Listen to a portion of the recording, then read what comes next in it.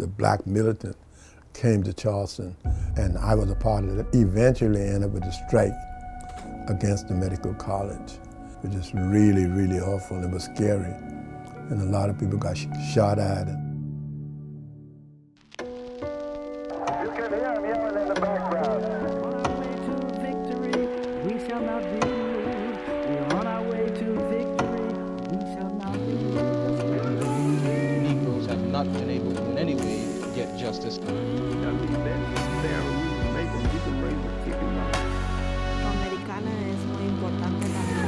The power for poor people.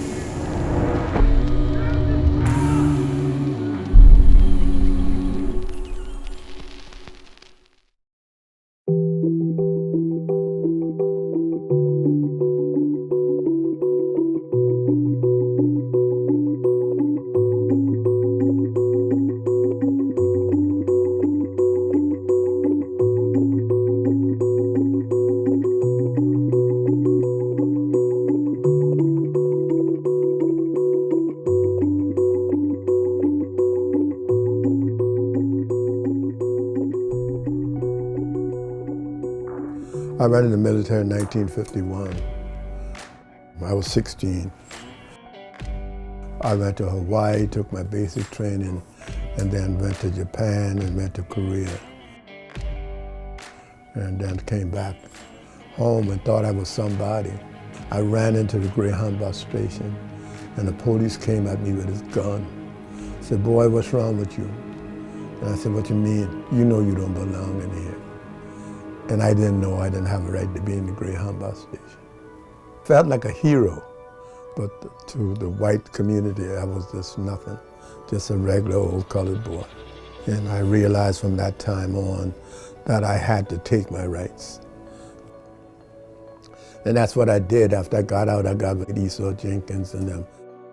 And they made me the business manager of Progressive Club. Esau and Janie Jenkins was really the catalyst. And they helped direct my life, which was very crucial to me at that point. I got involved with just about everything that was going on in the community. What's going on in the school system, what was going on politically, getting people to register to vote. And that was a real dangerous thing. People got shot for trying to get people to register to vote. Matter of fact, they used to shoot at blacks just walking down River Road. White guys would drive by and just shoot at us and just like that. And we had to try to come up with a way to stop that. But we had to do it in a way that they realized that we weren't afraid of dying. Saunders identified with the ideas of Stokely Carmichael, who, after working with Martin Luther King Jr. for years, had lost faith in the nonviolent approach.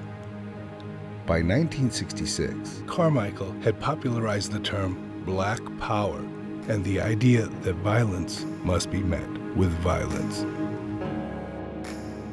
Esau was a part of the nonviolent movement together.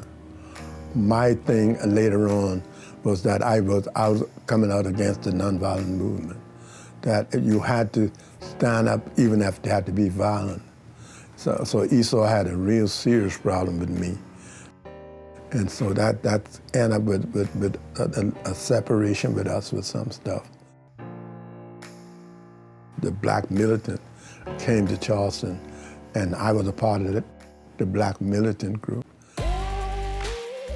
All of my training and education came from practice and doing stuff that was dangerous, that some of it you wouldn't do again.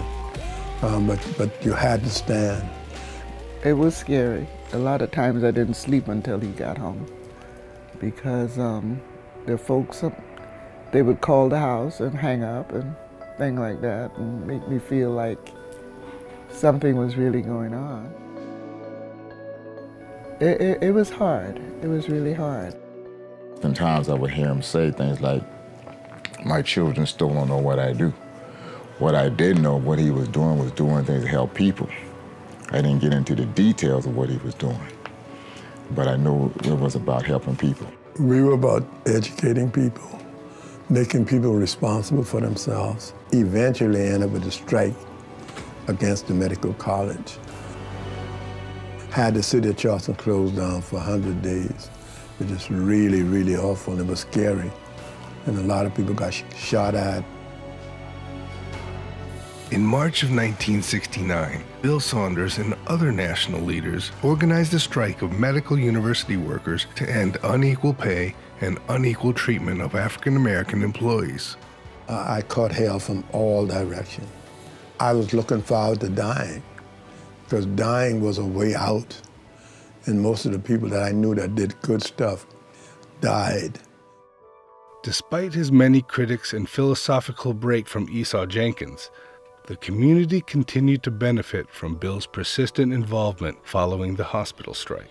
He went on to run the Committee on Better Racial Assurance, co-own and host WPAL radio station, and continue the grassroots activism that was instilled in him during his formative years at the Progressive Club on Johns Island. Perhaps his greatest contribution has been his intentional efforts to continue sharing his experiences to motivate the next generation. Me growing up in the house, I was protected from a lot of stuff. I felt like my mother was afraid of me learning these things. She was protecting me from becoming a revolutionary because she was afraid of, what would happen to me. His story in general, that's more inspirational than stories I read from the Bible. That gives me courage to be proud of who I am and to stand up and do what's right. But I got to get over that fear of failure. I'm still trying to win. He's told me that I can't win. Certain things I can't win. Just got to be willing to lose. Oh shit. I lost all the time. I was a loser. I've lost a lot of time. But you gotta learn how to lose. Because if you don't know how to lose, you're not gonna make it. And any time you lose, you can bounce back so good. And losing was a part of really winning or making plans for the future.